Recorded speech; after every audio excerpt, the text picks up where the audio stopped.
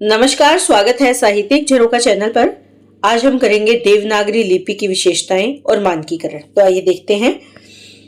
देखिए, सबसे पहले बात करें कि लिपि क्या है। तो एक कामता प्रसाद गुरु की परिभाषा सर्वश्रेष्ठ है, जो ये कहते हैं कि लिखित भाषा में ध्वनियों को जिन चिन्हों के द्वारा लिखा जाता है वे वर्ण कहलाते हैं, तथा वर्णों की बनावट को ही हम क्या कहते हैं, लिपि कहते हैं। यानी ध्वनियों को जिन चिन्हों से लिखा जाता है वो चिन्ह वर्ण कहलाते हैं, और वर्ण के लिखने का जो तरीका या बनावट है वो क्या है, लिपि है।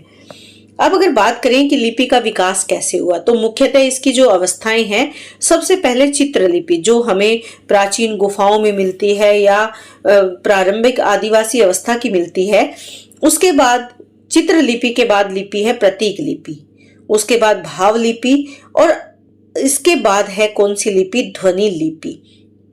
भाव क्या है, जैसे रोना है, हंसना है, यानी उसके माध्यम से अपनी प्रतिक्रिया देना। उसके बाद इन्हीं भावों को ध्वनि के माध्यम से अभिव्यक्ति की दी जाने लगी, और ध्वनि लिपि को हम दो भागों में बांट सकते हैं। एक है अक्षरात्मक लिपि और दूसरी है वर्णात्मक। अक्षरात्मक लिपि की बात करें जिसमें अक्षर का प्रयोग किया जाता है लिखने के लिए। भारत की जो लिपियां हैं, सारी ही लिपियां कैसी है, अक्षरात्मक है। और जबकि रोमन लिपि कौन सी है, वर्णात्मक लिपि के अंतर्गत आती है। अब अगर बात करें देवनागरी लिपि की प्रमुख विशेषताओं को, तो ध्वनि तथा वर्ण में सामंजस्य हम देख सकते हैं यहाँ पर। जैसी हम ध्वनि बोलते हैं, यानी ध्वनि जैसी उत्पन्न करते हैं, वैसा ही वर्ण लिखा जाता है। तो कह सकते हैं कि देवनागरी लिपि में जो बोला जाता है वैसा ही लिखा जाता है। एक ध्वनि के लिए एक ही संकेत चिन्ह होता है। जैसे हमने कहा क, तो इसके लिए संकेत चिन्ह एक ही है। अगर कहेंगे ब, तो संकेत चिन्ह क्या है, एक ही है। लेकिन अंग्रेजी में ऐसा नहीं है, वहां पर सी और के दोनों का प्रयोग ध्वनि इसी प्रकार की समान ध्वनि के लिए कर सकते हैं।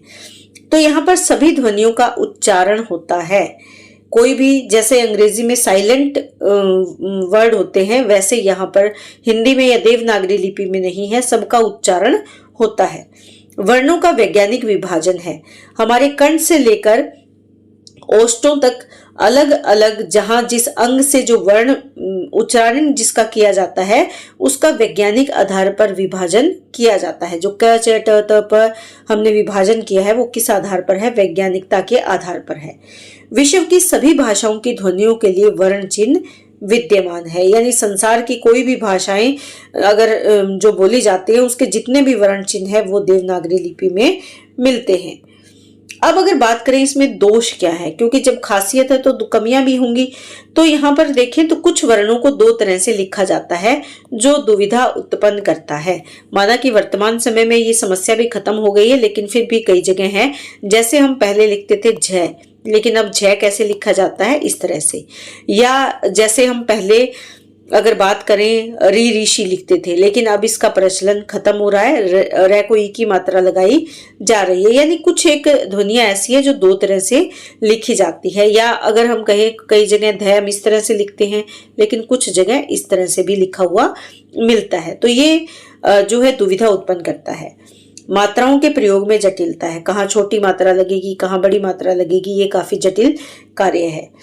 शिरोरेखा के प्रयोग का कोई निश्चित नियम नहीं है। शिरोरेखा कौन सी होती है, जब हम कोई भी शब्द लिखते हैं, जैसे मैंने लिखा राम, उसके ऊपर जो रेखा लगाई जाती है ये शिरोरेखा कहलाती है, और इसका कोई निश्चित नियम नहीं है।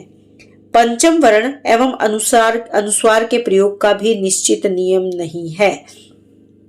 जो क, च, ट, प का पंचम वर्ण है या अनुस्वार यानी जो बिंदी लगाई जाती है, इनका भी कोई निश्चित नियम नहीं है।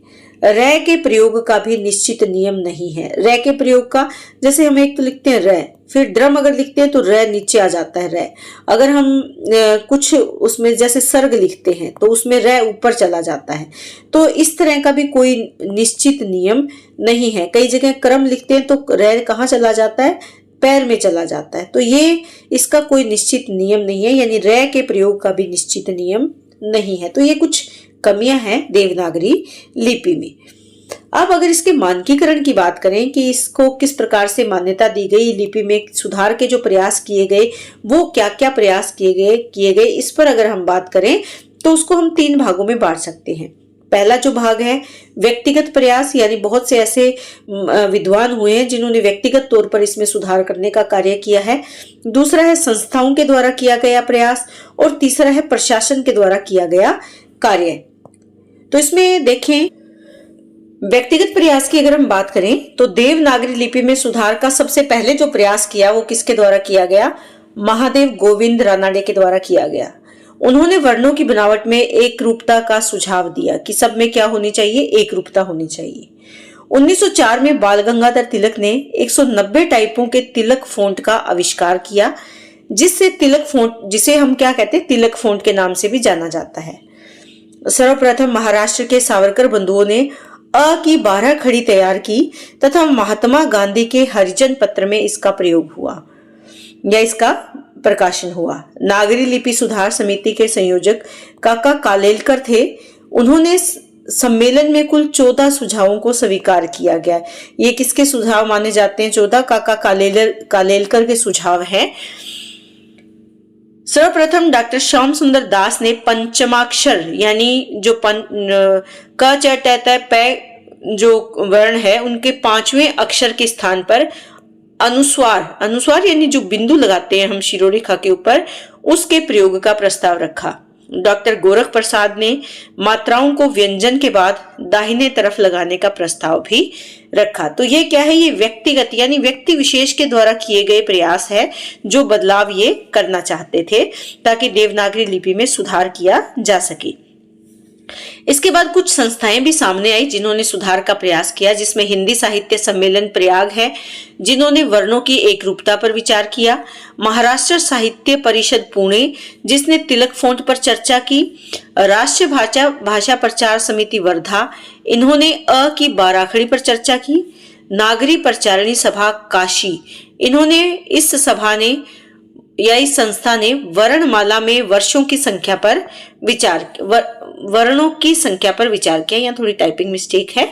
वर्णमाला में किसकी संख्या पर विचार किया? वर्णों की संख्या पर विचार किया। तो ये आप यहाँ ध्यान में रखें कि वर्णों की संख्या कितनी होनी चाहिए। इसके बाद है प्रशासन के द्वारा किए गए प्रयास। उत्तर प्रदेश सरकार द्वारा 31 जुलाई 1947 में आचार्य नरेंद्र देव की अध्यक्षता में नरेंद्र देव समिति का गठन किया गया।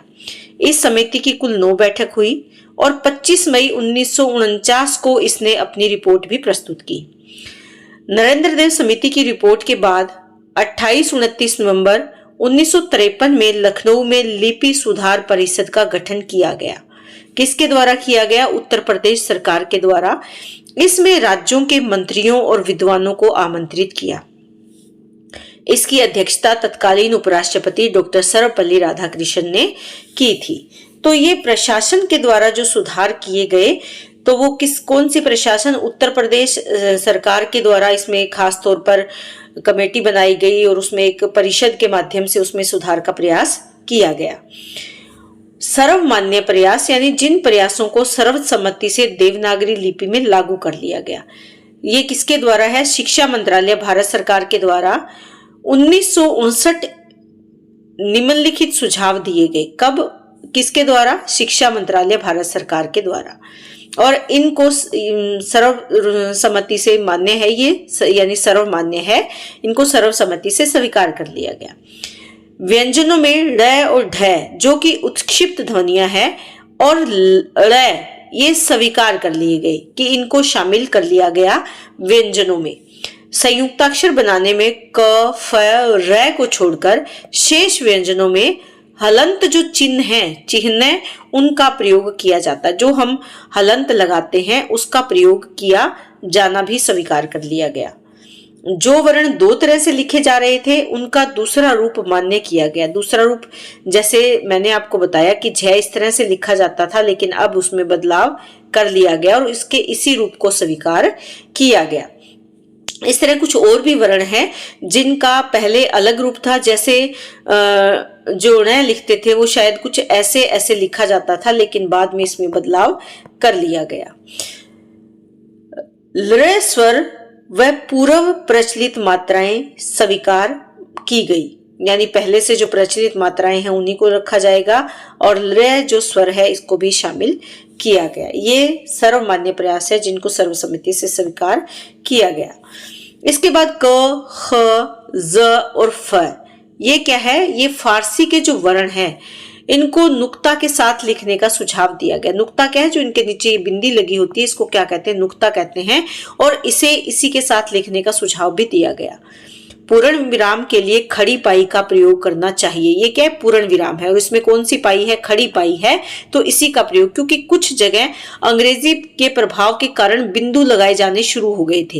यानी जब पूर्ण विराम की अवस्था में बिंदु लगाकर उसको पूर्ण विराम दिया जा रहा था, लेकिन इसकी बजाय मान्यता किसको दी गई? खड़ी पाई को। पंचमाक्षर के लिए अनुस्वार का प्रयोग करना चाहिए एवं अनुनासिकता के लिए चंद्र बिंदु के प्रयोग को मान्यता दी गई। यानी अनुस्वार और चंद्र बिंदु दोनों ही मान्य हो गए।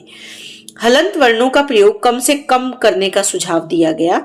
कुछ शब्दों में परिवर्तन करके उनके शुद्ध रूप को निर्धारित किया गया। कुछ शब्द जो पहले अलग तरह से लिखे जा रहे थे लेकिन बाद में उसमें बदलाव करके उनको शुद्ध रूप में शामिल कर लिया गया। तो उम्मीद करती हूँ कि ये प्रश्न आपको अच्छे से समझ में आया होगा।